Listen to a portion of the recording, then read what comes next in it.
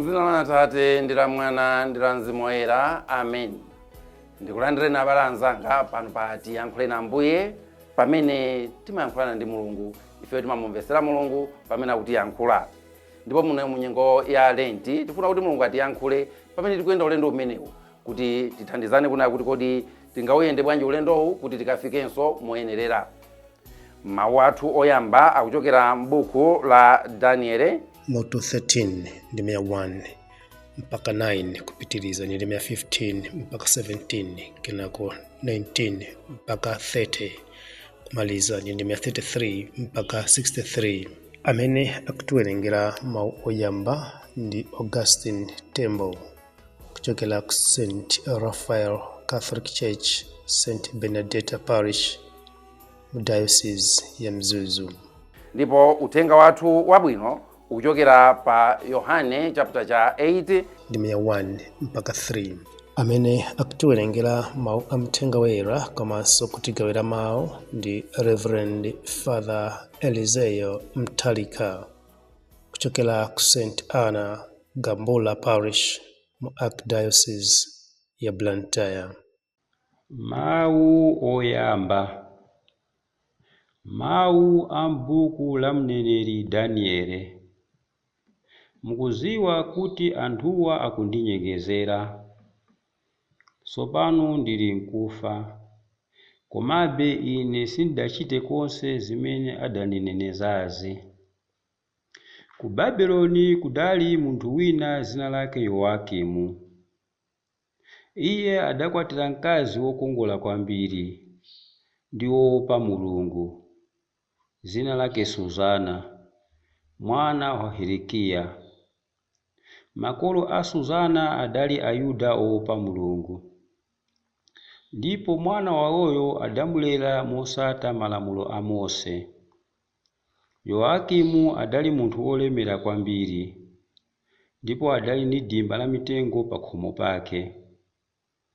Ayuda ankakumana kumeneko kawirikawiri, chifukwa iye adali wotchuka kwambiri kupambana iwo wonse. Chaka chimenecho akuluakulu awiri adasankhidwa kuti akhale aweruzi. Ponena za iwowo, Ambuye adati, zoyipa zidachokera ku Babuloni kwa akuluakulu oweruza, amene ankayenera kuwongolera bwino anthu anga. Anthu awiriwo ankakhala nawo ku nyumba kwa Yowakimu kawirikawiri. Ndipo aliyense amene anali ndi mulandu ankabwera kwa iwo. Anthu onse atapita kokadya chakudya cha masana, Suzana uja ankayenda ku dimba la mwamuna wake. Tsiku ndi tsiku akuluakulu aja ankamuona akuyenda mdimbamo, ndipo ankalakalaka kuchita naye zadama. Maganizo awo adasanduka opotoka, kotero kuti adaleka kupemphera kwa Mulungu, osakumbukiranso kuweruza kolungama. Mmene iwo ankadikira tsiku labwino, Suzana adapita tsiku lina ku dimba ndi azakazi awiri okha, monga momwe ankachitira nthawi zonse kukatentha, ndipo adafuna kukasamba kumeneko.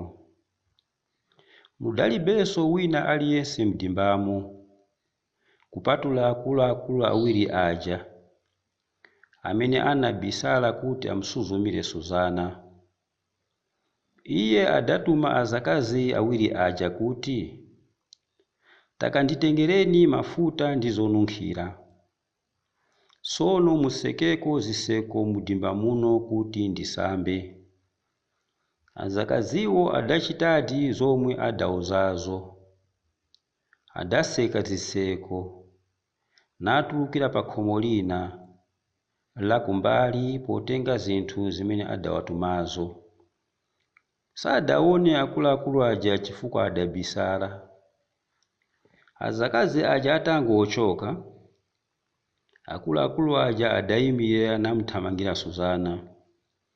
Adamuwuza kuti, mayi, onani zitseko za mdimba muno ndi zoseka. Palibe amene angatione. Pepani. Kuteroku ife tikukufunani. Mutivomere basi. Tangoyesani kukana. Ife tikuzengani mlandu woti mudali ndi mnyamata. N'chifukwa chake mudapitikisa azakazi anu. Suzana adasisa moyo nati. Nanga ine nditani? Ndikakuvomerezani zimenezo, ndiye kuti kwanga nkuphedwa. Ndikakana, sindipulumuka m'manja mwanu. Koma ayi, ine ndikuti toto. Ndi bwino kuti ndiphedwe kupambana kuti ndichimwire Ambuye. Motero Suzana adafuwula kwambiri. Akuluakulu aja nawonso adayamba kufuwula. Mmodzi mwa iwo adakasegula chiseko cha mdimba. Anthu ake kunyumba atamva kufuwula kudimba, adathamangira khomo lakumbali kuti akaone chimene chinkachitikira Suzana. Akuluakulu aja atafotokoza nkhani yawo, antchito aja adagwidwa ndi manyazi, chifukwa chikhalire sadamverepo zoyitere Suzana. Mmawa mwake, pamene anthu ankasonkhana ku nyumba kwa mwamuna wake Yowakimu, akuluakulu awiri aja adafika, atatsimikiza zofuna kulipsira kuti Suzana aphedwe. Pamaso pa anthuwo adati, kayitaneni Suzana, mwana wa Helekiya, mkazi wa Yowakimu. Adapita kokamtenga iye pamodzi ndi makolo ake, ana ake ndi anansi ake onse. M'banja mwake pamodzi ndi onse amene adaona, adayamba kulira. Akuluakulu aja adayimirira pamaso pa anthu aja, nasanjika manja pamutu pa Suzana. Iye adayang'ana kumwamba akulira, chifukwa akakhulupirira Mulungu. Akuluakulu awo adati, ife tikangoziyendera tokha mudimba. Tidangoona mkazi uyu akufika ndi azakazi ake awiri. Adaseka zitseko za mdimba. Azakazi aja adabweza ku nyumba. Tsono munyamata wina amene adabisala adapita kwa iye nkugona naye. Ife nkuti tili kumapeto a dimba. Tsono poona zoyipa zinkachitikazo, tidathamangira kumeneko. Ngakhale tidaona kukumbatirana, sitidathe kumugwira mnyamata. Adali wamphamvu kwambiri. Choncho adasegula chiseko nkuthawa. Tidangogwirako mkazi uyu, kumfunsa za mnyamatayo, koma adakana kutiuza chilichonse. Tikulumbira kuti umboni wathu ndi woona. Poti akuluakulu aja adali oyang'anira ndi kuweruza milandu, onse amene adasonkhana pamenepo adawakhulupirira, nawavomereza kuti Suzana aphedwe. Apo Suzana adanena mokweza mawu kuti, inu Mulungu wamuyaya, mumaziwa zinsinsi zonse, mumaziwiratu zinthu zonse sanachitike komwe. Mukuziwa kuti anthuwa akuninyengerera. Tsopano ndili nkufa, komabe ine sindachite konse zimene akunenezazi. Ambuye adamva pemphero lake. Pamene anthu amapita naye kokamupha, Mulungu adausa nzeru mwa mnyamata wina zina lake Danieli. Iyeyo mokweza mawu adati, ine musaniwerengerepo pa imfa ya mayi ameneyo. Anthu onse adachewuka namfunsa kuti, iwo ukutinso chiyani? Danieli adayimirira nati, inu Aisraeli, kodi mungapuse chotere? Inu mungagamule kuti mayiyu wa Chiisraeli aphedwe? usadafufuze nkhani ndi kupeza chenicheni chimene adalakwa, uyambeninso ni mlandu. Umboni umene apereka anthu awa kumuneneza mayiyu ndi wolakwa. Tsono anthu adabwerera ku bwalo la mlandu, ndipo akuluakulu ena adauza Danieli kuti, zakhale nafe, uzatiuze zimene uli nazo kukhosi, chifukwa Mulungu wakupasa nzeru ngati za akulu. Danieli adauza kuti, muwalekanise anthu oweruzawo, akhalirane kutali, kenaka ndiwafufunse ibwino. Atawalekanisa, Danieli adayitana mmodzi mwa iwo, adamuwuza kuti, akulu inu mudakalambira nkhanza, akubwererani machimo anu akale, munkangogamula milandu mopanda chilungamo, kumalanga osalakwa, kumamasula olakwa amene. Chonsecho Ambuye adanena kuti, usaphe munthu osachimwa ndi wosalakwa. Tsopano ngati mudaonadi mayiyu akuchimwa ndi mnyamata, mudaona ali pasi pa mtengo wanji? Iye adayankha kuti, pasi pa mtengo wa mkuyu. Danieli adati, ndithudi boza lanu lakubwererani. Mngelo wa Mulungu walamulidwa kale kuti akulangeni, azakudulani pakati. Atatero, adamuwuza kuti ayimirire pambali, nalamula anthu aja kuti abwere ndi wina uja. Tsono Danieli adamuwuza kuti, akulu inu mukukhala ngati ndinu Mkenani osati Muyuda. Kukongola kwa mkazi kwakusokonezani, ndipo dama lakusandusani chisiru. Ndikuziwa mmene mwakhala mukuvutisira akazi ku Yerusalemu. Iwo amangovomera chifukwa cha mantha, koma mayi wa ku Yudeyayu wakukanikani kuti muchimwe naye. Tanenani tsono, ndi pasi pa mtengo wanji mudawapeza ali awiri? Iye adayankha kuti, pasi pa mtengo wa thundu. Danieli adati, ndithudi boza lanu lakubwererani. Mngelo wa Mulungu akukudikirani ndi lupanga kuti akuchekeni pakati ndi kukuwonongani awiri inu. Pamenepo anthu onse adafuwula, natamanda Mulungu mpulumutsi wa anthu okhulupirira Iye. Kenaka adatembenukira oweruza awiri aja. Danieli adawasusa chifukwa chochita umboni waboza. Adawalanga posata malamulo a Mose, ndi kuwapha monga momwe iwo ndi kuyipa mtima kwawo adafuna kuphera m'bale wawo. Motero munthu wosalakwa adapulumuka tsiku limenelo. Mawu a Ambuye. Tithokoze Mulungu. Ambuye akhale nanu. Mthenga wabwino monga adalembera Yohane Woyera. Ulemu kwa inu Ambuye. Pa nthawi yomweyo Yesu adapita ku phiri la Olivi. Mmamawa anabweranso ku nyumba ya Mulungu. Anthu onse adaza kwa iye. Iyeyo nkukhala pansi nayamba kuwaphunzitsa. Aphunzitsi amalamulo pamodzi ndi Afarisi anabwera ndi mayi amene anamugwira akuchita chigololo, nkumukhalisa pakati pawo. Tsono adawuza Yesu kuti, aphunzitsi, mayi uyu wagwidwa ali mkati muchita chigololo.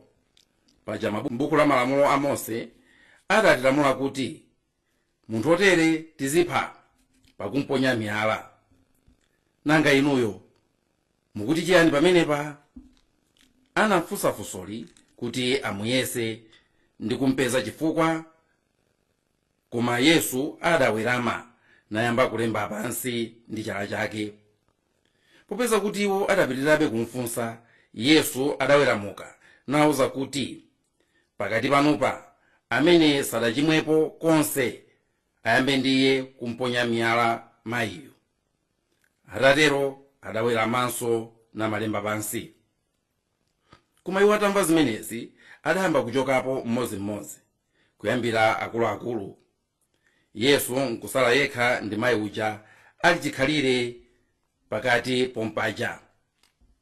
Kenaka Yesu adaweramuka namfunsa kuti, kodi mayi, ali kuti anthu aja? Kodi palibe ndi mmodzi yemwe amene wakuzengani mlandu? Mayiyo adati, inde Ambuye, palibe. Tsono Yesu adamuwuza kuti, inenso sindikuzengani mlandu, pitani, koma kuyambira tsopano musakachimwenso. Mthenga wa Ambuye. Ulemu kwa inu Ambuye Yesu Khristu. Abale anzanga, iniyo ndine tinabatizidwa a Khristu. Timayimba ndine Khristu zina langani. Ena fe tinapitira peni paja mpaka na ukazozedwa usembe. Mmabuku ampingo ndife ansembe. Mmabuku ampingo inu ndinu a Khristu. Bambo watu Abraham. Ine ndimvera watu uja bambo watu Mulungu. Tikatenga chibadwa chathu. Koma kodi nanga tikatenga zochita zathu tikhalabe ana Abraham? Kodi tikatenga zochita zathu tikhalabe ana a Mulungu? Nyengo ino ya Lenti zimene tikupanga ifezi tifuna kuti aliyense kumene wasocherera iye, kumene iye wasocherera ngati mwana olowerera uja, kwena kuti anthu kukupeza ndi kusamaoneka kuna kuti ati mwana wa bwana uja ndiye mweyi osamaziwika. Tasocherera kosiyana-siyana. Ena chifuna kuti tatenga mtima wa nsanje, ena tatenga mtima wa kaduka, ena tatenga mtima wa kuba, ena tatenga mtima wa ufiti, tatenga mitima mbirimbiri, mtima osakhulupirika umene kumapanga zopanga zathu. Ndiye chifukwa cha zopanga zathuzo tukanga titasamuka mbumba ya Mulungu. Lero tikuyitanidwa kuti zopanga zathu zizigwirizana ndi zokhulupirira zathu. Ndipo pachifukwa chimenecho tizionekadi kuti ifeyo ndife anake a Mulungu. Tiyesese kukhala anthu olimbika muchimene ifeyo timakhulupirira. Ambuye Yesu anatiuza kale kuti ndikutumizani ngati ana ankhosa pakati pa mimbulu. Choncho mukakumana ndi anthu ena osiyana ndi zimene inu muli, koma mukalimbe. Tili pakati pa dziko limene limapanga zake. Tengani mwachisanzo. Tili pakati pa dziko limene limakonda kunyoza za Mulungu. Koma inuyo ngati mwanake wa Mulungu mukuyenera kupatuka mumenemo ndikuzowa kulemekeza china chilichonse cha Mulungu. Tili mdziko limene lazolowera kuba katangale. Ndipo katangale uja kumaoneka ngati kuti chinthu chimene aliyense akuchipanga. Mwakuti ukakaona kuti siwo wakatangale, iwe ndi amene kumaoneka kuti ndiwo odabwisa. Koma inuyo ndine ngati ndife anake a Mulungu tikuyenera kupanga zosiyana ndi zimene dziko likupanga. Masiku ano anthu aleka kusatira malamulo, akafuna kulowa m'banja angotengana, ati tiziwane mwana, ana awiri, ana atatu. Koma inuyo mukuziwa ndondomeko ya Mulungu ngati anake a Mulungu. Mukuyenera kusatira ndondomeko imeneyo ndi kulemekeza moyo wa banja. Zopanga zanu ndi umunthu wanu ndi thupi lanu zikusonyezeni kunena kuti inuyo ndinu mwanake wa Mulungu osati mwanake wa Satana. Mwazi wa banja anake a Mulungu. 1. Anake a Mulungu amanziwa Mulungu uja ndi kumulemekeza. 2. Anake a Mulungu amamvera mawu ake ndi kuagwiritsa ntchito chifukwa ndi mawu ake a Mulunguyo. Sungane kuti ndiwe mwanake wa Mulungu pamene mawu ake sukuamvera. Nambala 3. Ana a Mulungu amaziwana. Amaziwa kuti uyu ndi nzanga, ndi munthu nzanga. Aliyense amaziwa kuti uyu ndi munthu nzanga ndipo amakondana pa ubale wawo. Pajatu Ambuye Yesu amanena kuti anthu azazindikira kuti ndinu ophunzira anga akazaona mmene anthu inu mukukondanirana. Inuyo ndine tili ndi udindo umenewo oti mdziko limene tilili, dziko losiyana zochitikali, koma ifeyo tiyime ngati anake a Mulungu. Munthu amene ali pansi woyesesa una kuti akuziwa kuti ndine munthu olakwika uku, koma akuyesesa una kuti azichiri kule agwere mulaini, ameneyo timakhala naye mulandu chifukwa ameneyo ali pansewu okakonza moyo wake. Timpemphe Ambuye kuti atithandize kuti chimene ifeyo tachigwirisisa tichigwire. tisakhale ngati zija zimene mabishopu anadandaula pa African Synod kuti timakhala ngati achule kuti mwendo umodzi m'madzi mwendo umodzi pa mtunda. Tikuyenera kusankha chimene ife tili. M'dzina la Atate ndi la Mwana ndi la Mzimu Woyera. Amen.